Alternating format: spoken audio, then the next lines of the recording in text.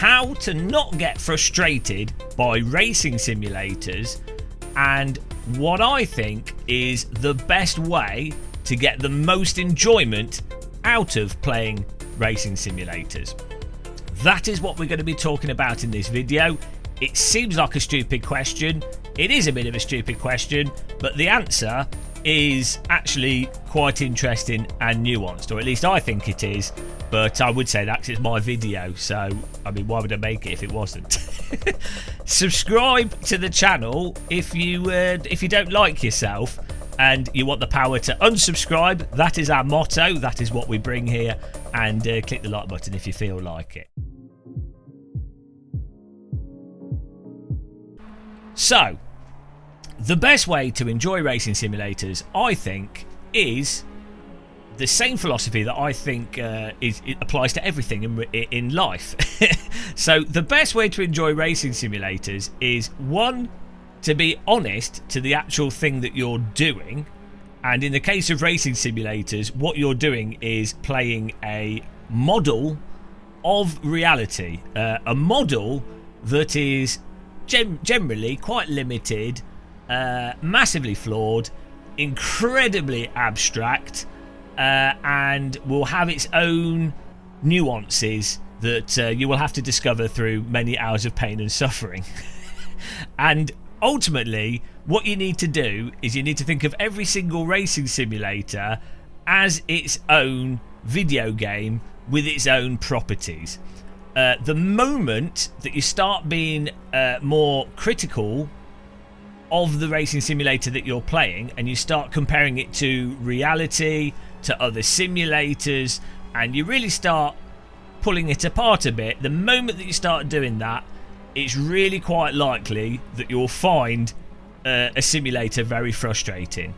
Because inevitably, what will happen is, if you play multiple simulators, something will happen in one simulator that doesn't happen in another simulator, and then you'll be like, well, hang on, why is this skill I've learnt that worked really well in this other thing that's claiming to be realistic not working in this thing that's claiming to be realistic? And then you'll have this sort of battle with, like, oh, hang on, what do I ignore, what do I trust, what's worthwhile? And ultimately it leads to nowhere but pain and suffering. So what you have to do is you have to look at each simulator on a case-by-case basis and just accept the weird shit that simulator happens to do, or just go, that is the weird shit that's going on, how can I best work with that? And again, always remind yourself that yes, it's called a simulator, and you would hope it was based on reality, and yes, there might be real drivers saying it's the best thing ever, and the developer might be saying we've got 1 billion hertz in our time model and the best force feedback, and we spent all this time on it. All the marketing, all the people might be saying whatever. Just ignore all that. It's not relevant. You just have to accept what you're actually seeing and experiencing, and then try and get the most out of that. Now, what you're seeing and experiencing might actually be a result of your current perception of that thing. So I'm not saying don't go and watch driver coaching videos or read books like Skip Barber Going Faster. You could read Swolio's book, Swolio the Trail Brake Master, or you know, there's loads of coaching and stuff. There's loads of information there, loads of e-sport drivers you could talk to, hot lapping practice, watching ghosts and stuff. There's loads of, I'm not saying don't look at other things and don't broaden your understanding of stuff by looking at information. What I'm saying though is you do have to just accept what you're currently experiencing and always try and get the most out of that within the capacity that you have to get the most out of it. That's very good, tooting my own horn here, it's very good life philosophy really. Like, at any point in time you have a very limited view on reality and a very limited awareness. Even when you know a lot about something, you still don't know anything at all, or you still have a very limited letterbox window of reality. So it's always just the most productive thing is to go, right, let me be honest about my perception of what I'm experiencing, and then how can I get the most out of that current perception, and how can I expand that perception? But let's not over imaginate what things could be, or get too excited, or invent things that don't maybe necessarily exist. Just focus on what is there and how to get the most out of it at any point in time. I do think there is a big problem in simulators in that a lot of people actually are playing racing simulators because they're specifically, as I say, marketed as being real life, a simulation of reality, and a lot of sim racers will buy into that with a specific sort of cult fixation on one title, and then they find it, I think, very hard to do other things because they've accepted one thing as being the de facto way of doing it, or that's correct, this is incorrect, without them really necessarily understanding the nuts and bolts of how things work. So yes, on a minute to minute level when playing a driving simulator, accept what's happening, try and get the most out of what's happening, and don't be too critical, and don't expect things to work how they do. Don't expect one sim to work like another sim, or one sim to even work like reality. All simulators at the end of the day are abstract models that have a very limited focus and tend to do certain things better or worse than other simulators. Which is very frustrating. The fact that no simulator actually does what I would consider a baseline of features to a moderate level. Unfortunately, we're still at a place with racing simulators where one sim does like the online multiplayer stuff and netcode well, one sim has a really good tire model, one sim has particularly good force feedback so you can actually tell what the vehicle's doing properly. You know, so it's going to get, if you play a lot of simulators, it's going to get really frustrating because you'll be like, oh, if only it just had this feature that this other game does. We've seen it exist in another game. Why can't it exist in this game? What are the developers doing? So yeah, you kind of just have to accept things for how they are. Now, I would say one of the things I've noticed is that I think there's that sort of contrast in that when you're doing stuff at a point in time, you do just have to accept how they are. However, it is interesting to talk about the individual differences and also identify the individual differences so you can then focus on how to get the most or not be negatively affected by those differences. So though in one sense playing lots of different simulators is infuriating and breaks your brain a bit, especially when it comes to a lot of simulation is to do with memorizing processes and being very precise. So when you've learned how to be very precise in one simulator and that type of precision just doesn't work in another simulator, until you get to a pretty experienced level of sim racing, that is going to be really frustrating for a lot of people.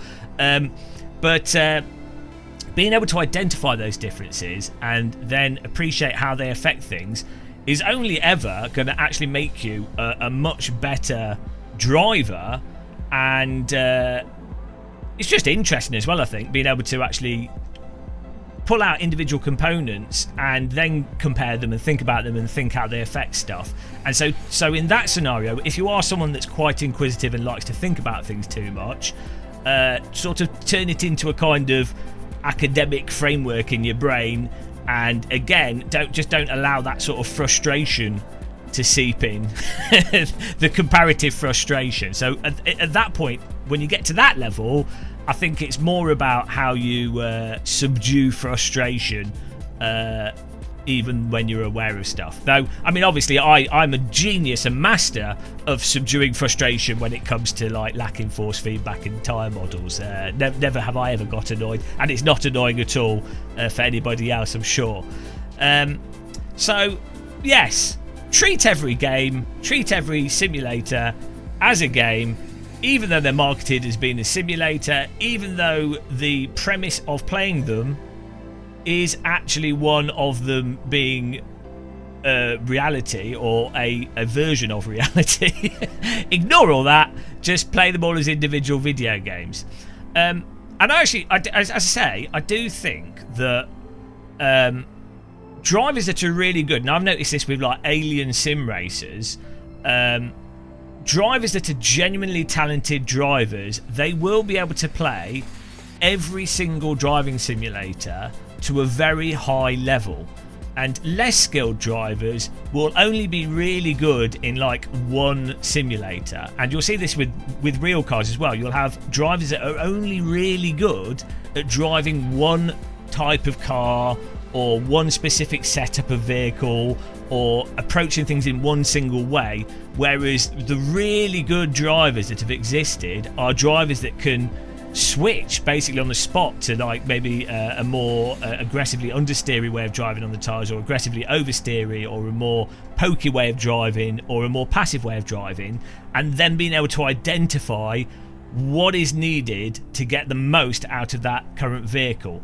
And the same with the simulators. A driver that can jump into Trackmania and absolutely smash it, and then jump into rFactor 2, rFactor 1, AC, and work out and identify the crux of those simulators and then just get the most out of them. That is going to be someone that has better driving skills and would probably be better at all the simulators, but also better at real life driving as well. But who has time for that? And who cares? At the end of the day, who cares if you're a better driver? You're not rich, so you can't do the real thing anyway, so it's all pointless. But yes, what a meandering topic. I just think it is really interesting how to approach things without getting too frustrated, and the constant failure of that process. But then I do think as well, the point of sim racing is that we that do sim racing, I started talking like a Shakespearean there, basically are into it for pure masochism. It is one of the worst activities that you can take part in. There's literal numbers on the screen constantly updating, going, oh, you're shit.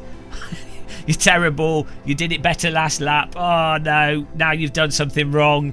And then when you play the different simulators, everything is arbitrary, but pretending that it's not arbitrary and marketed as if it isn't, and then it tells you again, oh, you're rubbish, and then your equipment doesn't work properly, and then you have some stutter due to a driver change. Anybody with actual brain cells just wouldn't do sim racing in the first place. Let's be honest. What is wrong with us, guys? What is wrong with us? That is life, and that is the end of this video. I would be quite interested to know what your coping mechanisms are for the despair and misery that is sim racing. And that's it. Look forward to seeing you in the next video. Thanks for watching. Unhappy, miserable sim racing. Happy tea drinking. Take care. And goodbye.